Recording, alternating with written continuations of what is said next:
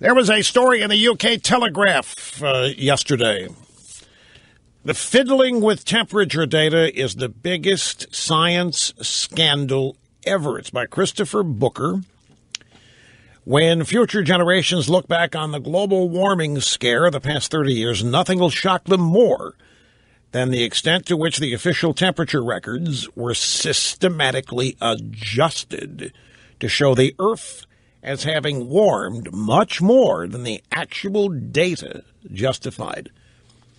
2 weeks ago, under the headline, How We Are Being Tricked by Flawed Data on Global Warming, I wrote about a guy named Paul Homewood, who on his Not a Lot of People Know That blog had checked the published temperature graphs for 3 weather stations in Paraguay against the temperatures that originally been recorded. And in each instance, the actual trend of 60 years of data had been dramatically reversed.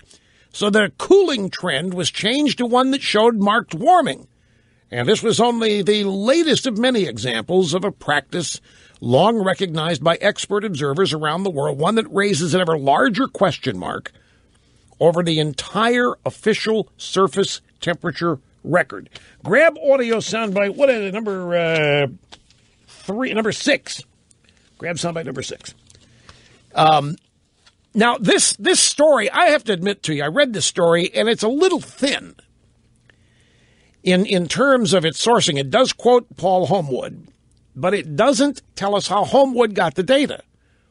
It just makes it sound like it's easily obtainable. The real temperature data from all of these weather stations around the world, it makes it look like anybody, if you wanted to take the time and knew where to search, could find the truth about how temperatures have been lied about in reverse. Now, I don't, frankly, doubt the substance of this. I mean, this is one of the greatest hoaxes in science. There are others. But you talk about a place where standards have declined. Boy, science may be at the top of the list. It'd be a tight, close race with politics. Science is supposed to be infallible. And if you follow the scientific method, it is, because there is no opinion in science. And there certainly cannot be a consensus. Science is not up to a vote. Science is not up to what a majority of 100 scientists happen to think about anything. Science, whatever concept in science you're trying to establish, it either is or it isn't, or you don't know. It can be proved or it can't be. And if it can't be, then it isn't. And that's science. You talk about something that's been corrupted, and it's been corrupted by politics, specifically the money. Here you have a bunch of white-coated laboratory specimens called scientists, and they don't make much money. But they're given grant after grant after grant after grant to research climate change. Big, important issue to the Democrat Party and the left. You essentially pay them for the result you want. And if they, like any welfare recipient, if they are dependent for what ends up being a great lifestyle on certain outcomes being part of their data report, then you're going to get it. And if the people giving you the money want there to be global warming, you're going to give it to them. You're going to learn how to fake ice core sample temps. You're going to learn how to go to obscure places in Siberia and dig 30 feet down and find an age-old tree trunk that's been buried, but it's got tens of thousands of years of temperature data in the bark. You're going to come up with all hockey stick theories left and right. You're going to find any number of ways to make your claim that the average Joe couldn't refute. And then you're going to get with PR people and sell it with phony pictures of polar bears on little thin strips of ice made to look like melting glaciers. And you sell it. And the reason you want to sell global warming, because it advances government, it grows government, and it gives government more power over people to raise taxes, to guilt trip them into supporting policies that they have ultimately caused, i.e. climate change. It's almost an automatic, it's the biggest slam dunk as national health care is for gaining control over a population. But the thing that's interesting here is there are more and more stories now. You see them everywhere, popping up, not arguing with the global warming data. That used to be one of the things I must tell you. I know some climate scientists. I used to get frustrated at them because they would accept the premise of the global warming crowd, and then, as is their wont, dig into it intellectually and try to refute it scientifically. And I would tell them, you guys are missing the boat here. You are falling for the trap by accepting the premise. And they would all say to me, we only can refute their premise if we accept it. I said, but that's not science. They're making this up. And of course, they wouldn't listen to me because I'm not a scientist in the traditional sense. But I say, you're falling for a trip. You're wasting so much time refuting a false scientific premise. And what they would do, all the climates, they did some great work. Pat Michaels and, of course, our official climatologist here, Dr. Roy Spencer, they did some great work, but they accepted the premises of these people when these people have been political from day one. And if a premise is filled with made-up data and false data, yeah, you can set out to try to disprove it. And they've done that, but it's been on the playing field of the hoaxers. And I always thought what needed to first be asserted is, this is a hoax.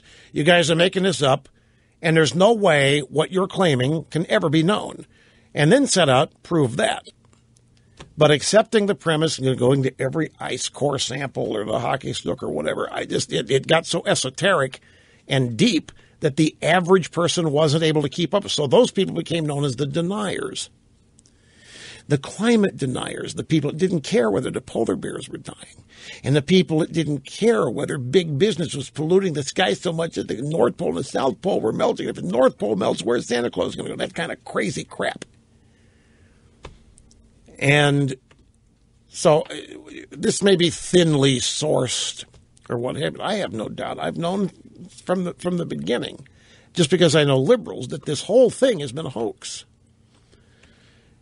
And it's been fascinating to watch it play out. And now there are more and more people, like the story in the UK Telegraph, that are now beginning to just stand up and say they're lying, rather than accept their premise and try to disprove it scientifically. They're just standing there lying. They're making it up, and this is big. And they're starting to use the word hoax now. Some of them are.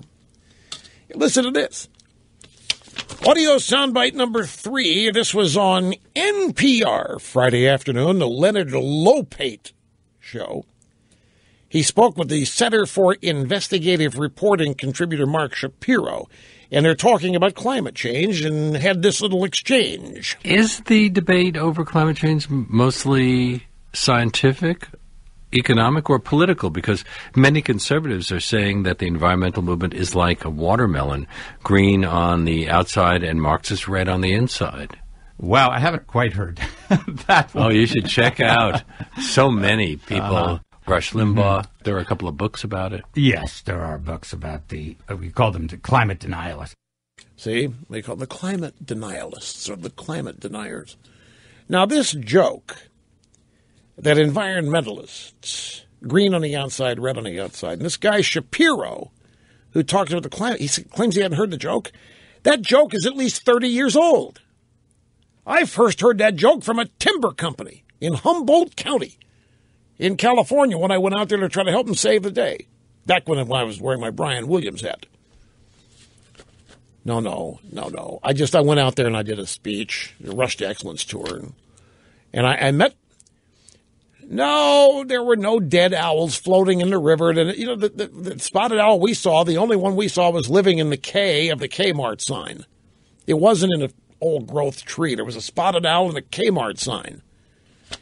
Anyway, I did meet with some timber company executives after the Rush to Excellence tour. This is when they were being bombarded and under assault by Earth First, and they had no idea what to do. They had never encountered this. Their integrity, their business was under assault.